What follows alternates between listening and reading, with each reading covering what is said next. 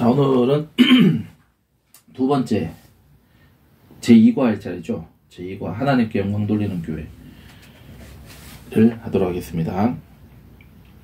자, 말씀 보겠습니다. 주제 말씀은 사도행전 4장 32절에서 35절 말씀입니다.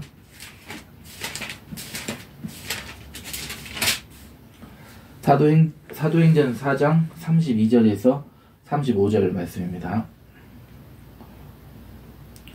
우리 다같이 합독하겠습니다. 시작. 믿는 무리가 한 마음과 한 뜻이 되어 모든 물건을 서로 통용하고 자기 재물을 조금이라도 자기 것이라는 이가 하나도 없더라. 사도들이 큰 권능으로 주 예수의 부활을 증언하니 무리가 큰 은혜를 받아 그 중에 가난한 사람이 없으니 이는 밭과 집 있는 자는 팔아 그 판 것의 값을 가져다가 사도들의 발 앞에 두매 그들이 각 사람의 필요를 따라 나누어 줌이라. 아멘. 이 말씀에 대한 그 배경을 조금 더 설명이 필요할 것 같아요. 그러니까 이제 오늘 말씀에 사도행전 4장 31절 35절의 이 상황이 왜 이렇게 해야 했느냐. 그러니까 우리가 이제 로마 제국 시대를 이제 그 이스라엘 백성들이 살아갔습니다. 그래서 이제 로마의 황제가 살아있는 신이라고 믿고 그 황제를 숭배하는 게 국가의 종교였습니다. 그러니까 로마 제국은 이 다신교 국가입니다. 기본적으로 다양한 종교를 이제 포용성 있게 이제 그 받아들여서 이제 제국의 통합을 이제 유지하는 그런 이제 그 강력한 이 혼합주의 정책을 이제 폈던 그런 이제 그 대제국이었죠. 그렇기 때문에 그런 제국들 그런 종교들이 이제 이 종교의 자유를 공인받기 위해서는 로마 황제만이 하나님이라는 것을 인정을 해야 되는 거예요. 그러니까 그 인정을 하게 되면은 쉽게 얘기해서 이제 그 종교에 들어갈 수가 있었다. 이렇게 이제 우리가 생각할 수 있는 거예요. 근데 그것을 처음이자 마지막으로 거의 사실상 거의 유일하게 그 로마 황제를 하나님으로 받아들이지 않고도 이 종교의 자유의 공인을 받은 케이스가 바로 우리 교회, 기독교가 되는 거죠. 근데 기독교를 제외한, 교회를 제외한 이제 이 다른 종교들은 이제 인간이 만들어낸 그 자연 종교들이죠. 그런 종교들은 전부 다 거기에 이제 굴복을 해가지고 그 제도권 안에서 이제 혜택이나 이제 이제 꿀을 빨아먹으면서 살아가게 되었다. 그렇기 때문에 각 도시나 어떤 지역이나 어떤 이 공동체마다 이제 그 로마 황제를 숭배를 했어요. 로마 황제를 숭배하고 그 숭배했다는 것을 확인증, 그 확인 증서가 있습니다. 그 확인증을 받으면은 그 확인증에 기록된 기간 안에는 어떤 그 모든 경제 활동을 할 수가 있었어요. 다시 말씀드리면 로마 황제가 하나님이다. 로마 황제를 숭배하고 그 제사를 드리지 않으면 어떻게 되는 거예요? 이제 그 허가증을 받을 수가 없게 되는 거예요. 허가증을 받지 못하면은 취업도 못하고 노동도 못하고 아무것도 못하는 거예요. 농사도 못 짓고 완전히 쫄쫄 굶을 수밖에 없는 거예요.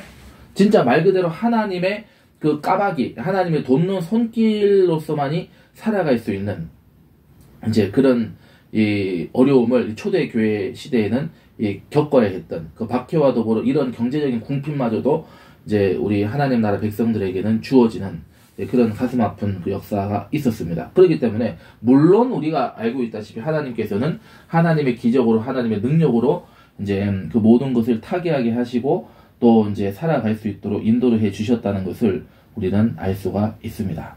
그런데 어찌됐든 이제 현실은 이제 그런 어려움 속에 있다 보니까 이제 무엇을 하더라도 어렵게 구하는 모든 것을 식량이 됐든 생필품이나 모든 것을 이 교회 공동체 안에서 서로 이렇게 나누어서 서로 이렇게 공동으로 나누어서 이제 이렇게 쓰는 그런 그 지혜를 발휘했습니다. 그래서 우리가 이제 그것을 우리가 이제 이 성경에서는 이제 성서학에서는 사자성어를 뭐라고 표현을 했습니까? 유무상통이라고 했죠. 유무상통. 이제 그렇게 이제 살아가는 그런 사회를 되는 거죠. 그렇기 때문에 그런 박해와 핍박과 그런 그 경제적 어려움 속에서도 이제 하나하나 십시일반 이제 모아서 서로가 서로 함께 나누어서 이렇게 살아가면서 하나님을 예배하는 삶, 하나님을 증거하고 복음을 전파하는 삶을 삶으로써 그들은 절대로 이 로마 황제나 세상의 어떤 권력이나 이 돈에 굴복하지 않고 이제 살아감으로써 삶으로써 하나님을 영광 돌리고 이제 하나님을 예배하는 그런 그 사건, 그런 역사, 그런 전통을 우리 신앙의 선조들께서는 이렇게 보여주신 것입니다. 그렇기 때문에 우리가 교회라고 하는 것은 온전히 하나님을 영광 돌리는 그러한 삶으로서 우리가 교회가 되어야 되고 그러한 교회의 삶을 살아가야 된다. 이것이 이번 제2과 하나님께 영광 돌리는 교회의 핵심적인 메시지가 되는 것입니다. 그럼 말씀 펼치기를 이제 들어가 보도록 하겠습니다. 하나님은 죄악된 세상 가운데에서 하나님의 영광을 드러내기 위해 교회를 세우셨습니다. 따라서 교회가 존재하는 목적은 하나님을 영화롭게 하는 것입니다. 교회는 예배, 복음 전파, 덕을 세움을 통해 하나님을 영화롭게 할 수 있다. 해서 이번 과에서는 이 교회의 역할이 무엇인지에 대해서 한번 알아보도록 하겠습니다. 첫 번째는 예배입니다. 예배. 그 다음에 두 번째가 뭐라고 되어 있습니까? 두 번째 해야 될 일이 복음 전파. 세 번째는 덕을 세우는 것. 이 세 가지를 우리가 이제 설명을 이제 보도록 하겠습니다. 첫 번째 예배를 보겠습니다. 시편 19편 1절에 하늘이 하나님의 영광을 선포하고 궁창이 그의 손으로 하신 일을 나타내는 노다라고 말씀하고 있듯이 피조물의 본분은 하나님을 예배하는 것입니다. 그러나 아담과 하와가 타락함으로 피조물들은 예배하는 존재로서의 본분을 지킬 수 없게 되었다. 이렇게 우리 성경에서 말씀하고 있죠. 자, 로마서 8장을 한번 보겠습니다. 로마서 8장 19절에서 21절 말씀 우리 다 같이 한번 읽어보겠습니다. 합독하시죠. 시작.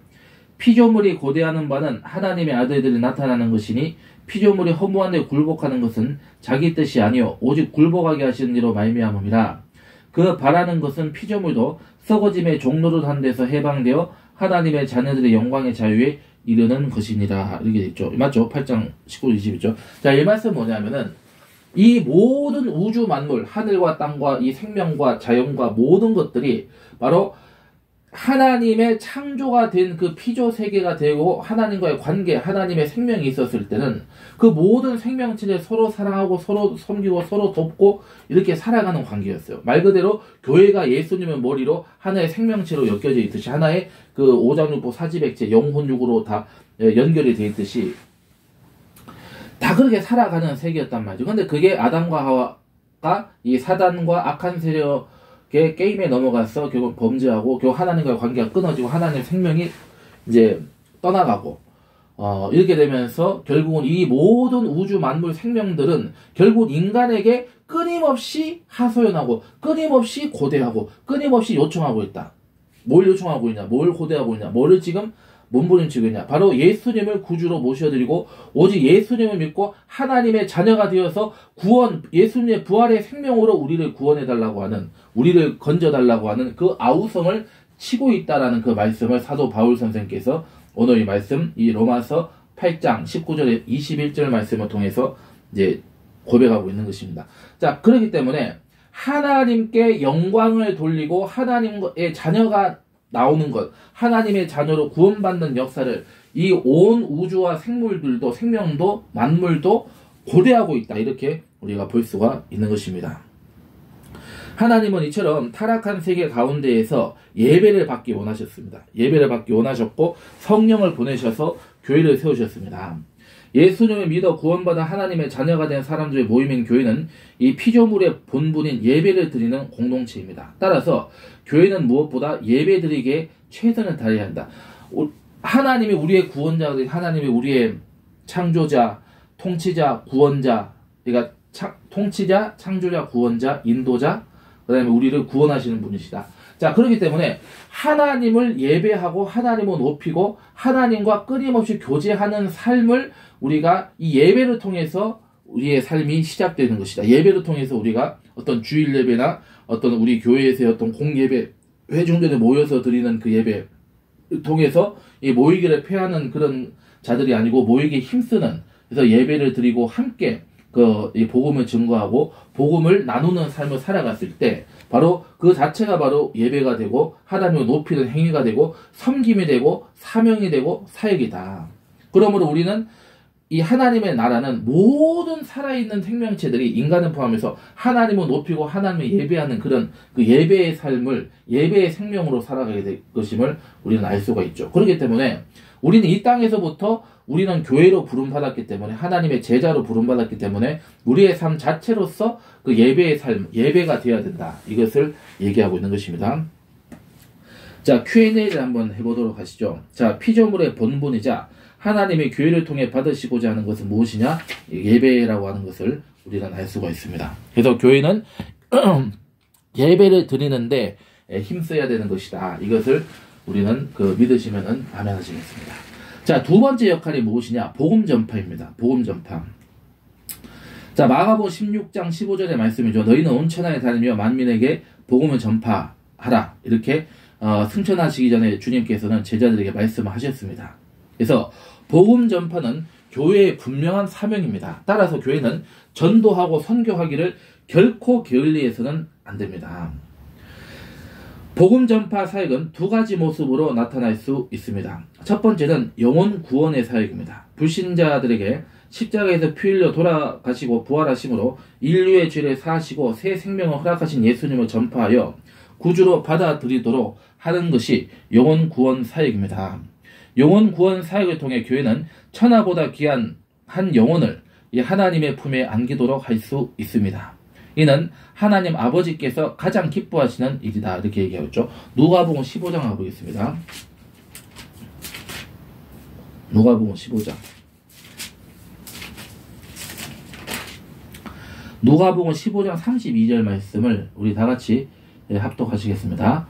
이 동생은 다시 하겠습니다. 시작. 이 내 동생은 죽었다가 살아났으며 내가 잃었다가 얻었기로 우리가 즐거워하고 기뻐하는 것이 마땅하다 하니라. 그러니까 이 돌아온 탕자, 이런 둘째 아들이 이제 살아서 돌아왔을 때 그 기뻐하는 아버지의 마음을 이제 큰 아들에게 이제 그 아버지가 고백하는 그 마음이 하나님의 마음이다. 한 영혼이라도 절대로 지옥 가지 않게 막으시고 구원시키고자 끝까지 노력하시는 분이 누구다? 바로 우리의 하나님 아버지이시다. 성령님이시고 예수님이시다. 그렇기 때문에 우리가 성령을 의지해서 우리가 예수님을 믿고 그 믿음 안에서 그러니까 예수님의 그 이루신 구원, 예수님의 복음으로 예수님께서 우리를 인도해 주시고 성령님을 통해서 우리를 보호해 주십니다. 그리고 믿음을 주십니다. 그러므로 그 믿음 안에서 우리가 보호하심을 받고 음부의 권세가 이기지 못하는 교회로서 서로 결합되게 하시고 결속되게 하시고 서로 단결하게 하셔서 이 교회를 통해서 하나님의 구원의 역사가 이제 증거되고 나누어지고 더 많은 사람들이 구원을 받는 것이 하나님 기뻐하시는 일이고 그것이 바로 우리 제자인 우리들의 바로 그 사명이 되어야 되는 것이다. 이 사실을 우리가 알 수가 있는 거죠. 그래서 복음 전파라고 하는 것은 첫 번째가 바로 이 영혼 구원의 사역이라고 하는 사실을 얘기하고 있는 것입니다. 자, 그래서 영혼 구원 사역을 통해 교회는 천하보다 귀한 한 영혼을 하나님의 품에 안기도록 할 수가 있다. 이는 하나님 아버지께서 가장 기뻐하신다. 그러므로 전도라고 하는 것은 하나님의 일이고 하나님이 하신다. 우리가 하는 게 아니다. 전도는 하나님과 우리와 우리 교회의 지체들 간의 팀 사역이다. 전도는 팀 사역이다. 개인 사역이 아니다. 이거 여러분 꼭 기억하시기 바랍니다. 하나님이 하십니다. 다 하나님의 때에 다 하나님께서 인도해 주시면 우리는 믿으면 됩니다. 믿고 순종하면은 되는 거예요. 아시겠죠? 자, 두 번째는 구제 사역입니다. 구제 사역. 교회가 행하는 복음 전파 사역에서 궁극적인 목적은 영혼 구원이지만은 구제도 한 요소로 포함이 된다. 왜냐하면 교회는 이 세상에서 빛과 소금의 역할을 하여서 이 세상을 선하고 의롭게 변화시켜야 할 책임이 있기 때문에 그렇습니다. 자, 마태복음 5장을 한번 가보겠습니다.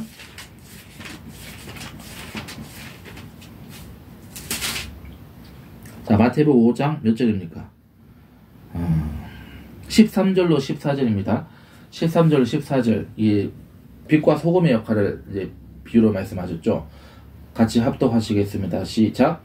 너희는 세상의 소금이니 소금이 만일 그 맛을 잃으면 무엇으로 짜게 하리요? 후에는 아무 쓸데없어 다만 밖에 버려져 사람에게 밟힐 뿐이니라. 너희는 세상의 빛이라.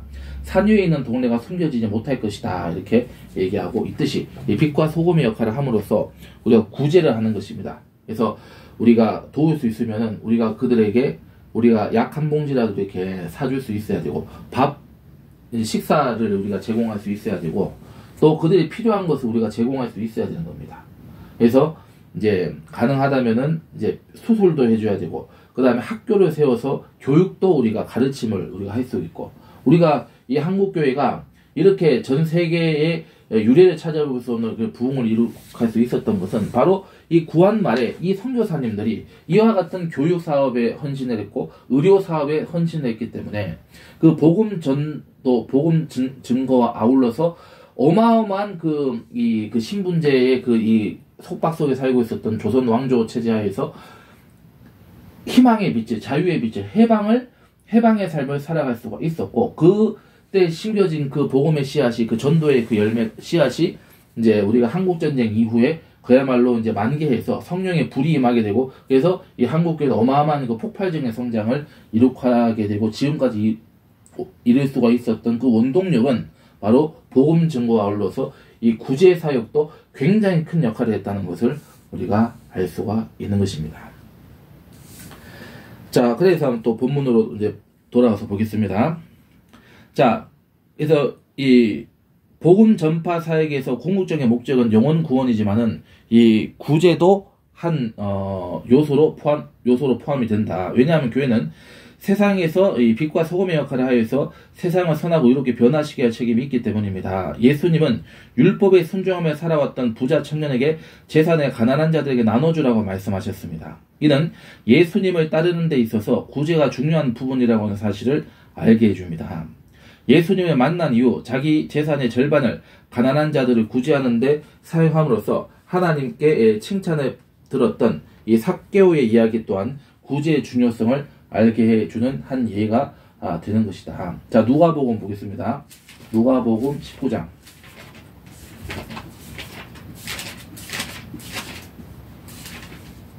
누가복음 19장 8절로 9절입니다. 8절로 9절 다 같이 합독하겠습니다. 시작. 삭개오가 서서 주께 여짜오되 주여 보시옵소서 내 소유의 절반을 가난한 자들에게 주겠사오며 만일 누구의 것을 속여 빼앗은 일이 있으면 내 갑절이나 갚겠나이다. 그 다음에 몇 절입니까? 9절이죠.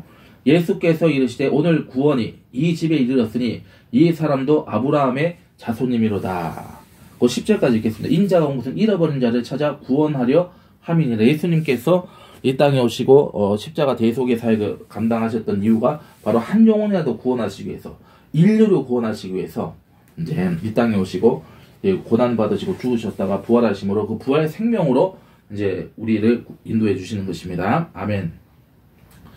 자, 복음 전파 사역은 어떤 모습으로 나타날 수 있나요? 질문했을 때 우리가 어떻게 답변할 수 있죠? 영혼 구원 사역과 구제 사역 두 가지로 이루어질 수 있다. 그 다음에 전도 선교에 대해서는 우리가 이제 다음 기회에 얘기를 나누도록 하겠습니다. 자, 그 다음에 세 번째 교회의 역할은, 교회의 사명은 무엇이냐? 덕을 세우는 것이다. 덕을 세운다. 교회는 교회 공동체 내에서 덕을 세움으로 하나님의 영광을 나타낼 수가 있습니다. 요한복음 17장에서 예수님은 하나님의 자녀들이 이 세상의 악에 빠지지 않고 거룩하게 구별되며 하나 되게 해달라고 기도하셨습니다. 이 기도에는 교회가 죄악에 만연한 세상과 구별된 공동체로서 세워지기를 원하시는 예수님의 마음이 담겨 있습니다. 따라서 교회는 예수님의 뜻을 따라 세상과는 다른 덕스러운 모습을 보임으로 하나님의 영광을 나타내야 합니다. 교회가 덕을 세우기 위해서는 무엇보다 모든 성도가 하나가 되어야 합니다. 교회의 하나됨은 성도들이 자신의 욕심을 버리고 서로 겸손히 행함으로 이룰 수 있습니다.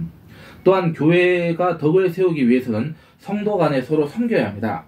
성도들은 마음을 같이하여 함께 울고 함께 웃으며 서로를 위해 기도하고 피차 짐을 나누어줘야 한다. 이렇게 말씀하고 있습니다.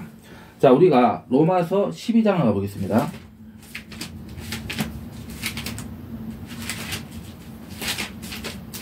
(12장) 16절 우리 다 같이 합독하겠습니다. 서로 마음을 같이하며 높은 데 마음을 두지 말고 도리어 낮은 데 처하며 스스로 지혜는 체하지 말라라고 되어 있고, 그 다음에 12장 15절라고 해서 위에 절이죠. 즐거워하는 자들과 함께 즐거워하고 우는 자들과 함께 울라. 그 다음 갈라디아서 6장 2절을 보겠습니다.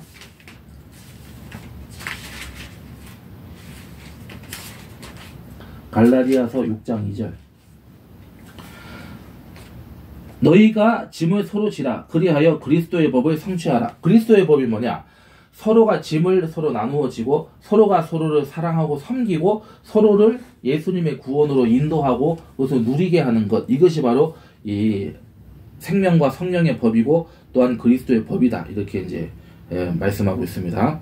더불어 성도들은 세대 간에 서로 이해해야 합니다. 윗세대는 다음 세대를 억지로 이끌기보다 본을 보이고 다음 세대는 겸손히 윗세대를 존경하며 따라야 합니다. 이처럼 온 성도가 하나가 되어서 빈부귀천 없이 그 다음에 남녀노소 할 것 없이 하나가 되어서 예수의 생명과 사랑으로 하나가 되었을 때 바로 그 은혜와 그 모습을 통해서 하나님의 그 구원의 역사가 나타나게 된다. 그렇기 때문에 하나님은 사람을 통해서 역사하시기 때문에 그 사람의 그 삶을 통해서 복음이 증거되는 것이다. 그래서 내가 정말 하나님 앞에 하나님 말씀에 순종하고 하나님 말씀대로 살아가게 되고 우리가 이웃을 사랑하게 되면은 그 사랑을 보게 되면서 이제 그 예수님을 알게 되고 만날 수 있게 되는 것을 우리가 알 수가 있는 것입니다. 그래서 이처럼 온 성도가 하나가 되어서 서로 섬기며 덕을 세우는 교회는 하나님의 기쁨이 되고 세상 사람들에게 칭찬을 받게 된다는 사실을 우리는 믿을 수가 있는 것입니다. 자, 그래서 사도행전 2장 보겠습니다. 사도행전 2장.